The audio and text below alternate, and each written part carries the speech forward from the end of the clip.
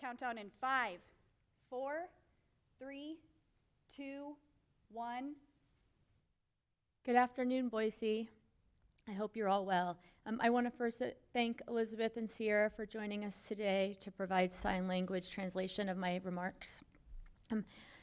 I'll start this as I have many things. I know that we are all really concerned about our families, about the unknown that we're experiencing, and that we feel a little bit of anxiety around all of that. And I want to assure you that we continue as a city to work closely with other cities, counties, health professionals, and the state to take the steps that we believe are in the best interest of our community. That's why today I have 3 announcements. But first off, that in the interest of public health, effective at midnight tonight, we will be closing bars and restaurants, dine-in facilities. And I say that because it does not include dine-in, drive-through, or pickup. In the last couple days, I've talked quite a bit with restaurateurs who are concerned about the economic impact of what's happening even without this order, and have said they need decisive civic action in order to trigger economic support and insurance. The CDC guidance states that no more than 10 people should be in one place at one time. And I'm hearing from employees of establishments that have deep concerns about their own health and the possibility that they could be, if not transmitting, help pass along this virus. I do not take this disruption lightly. I recognize that it disrupts our jobs, our lives, the way the day-to-day activities that we all have.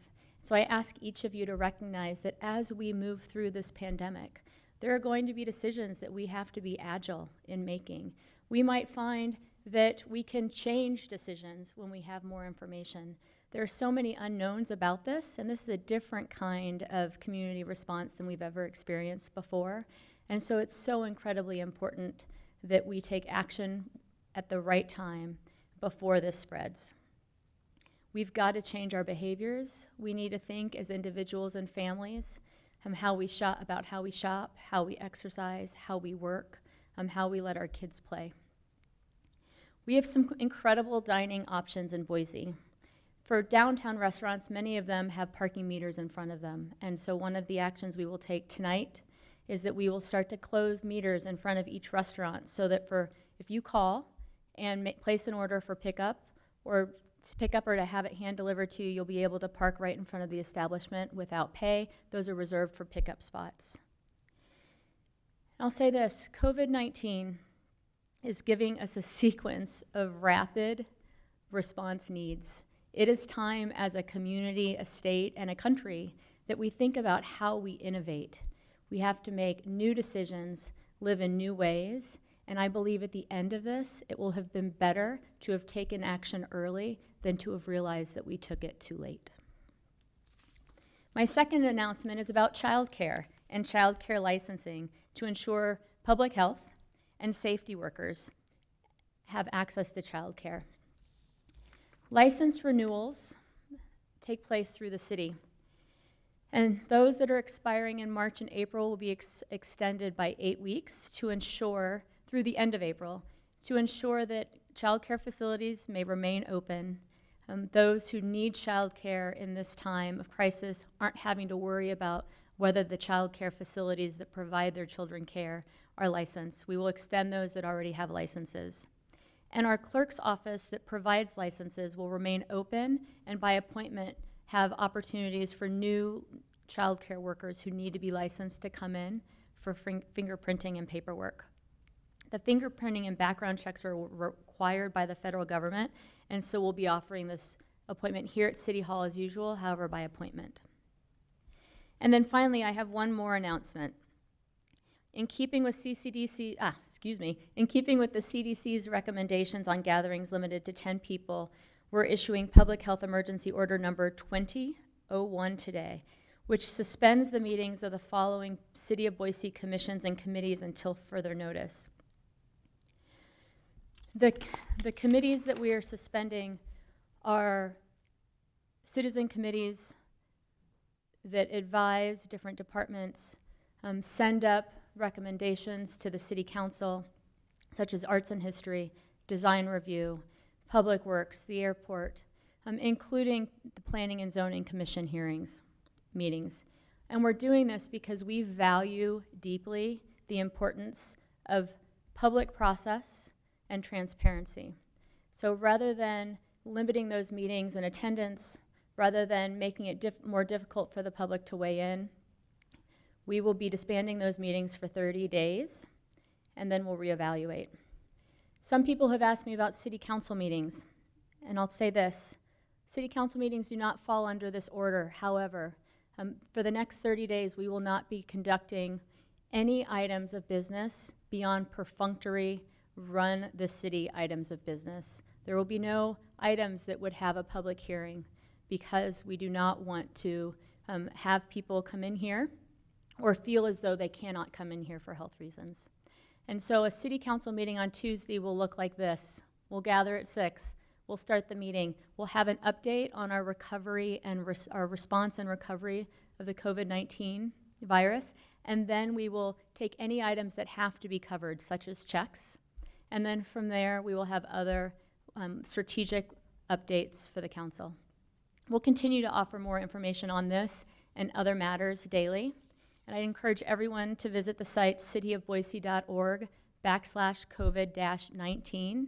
And we expect that by the end of day tomorrow, we will have a special phone number and email for any inquiries related to this and other items. Thanks so much for joining me, and I'll be standing for a couple questions from media outlets. We do have time to answer a few questions that the media have been asking on the live stream. The first one is, can you reiterate your instruction about restaurants and talk a little bit about how many restaurants this affects in the city of Boise? So this affects all restaurants and bars in the city of Boise, and following the model of other cities around the country that have taken this step, we will allow drive-in, drive-up, drive-through, delivery, and takeout service at all or any restaurants that wish to continue business like that. And you mentioned the parking meters in front of those restaurants. How far of a radius? Is it just the first few spots in front? What are you looking at as far as how far that will go? We're looking at the number of establishments on every block where meters exist and then determining how many how many per block. Some blocks will have 2 right in the center, others will have more based on the number of restaurants that they have.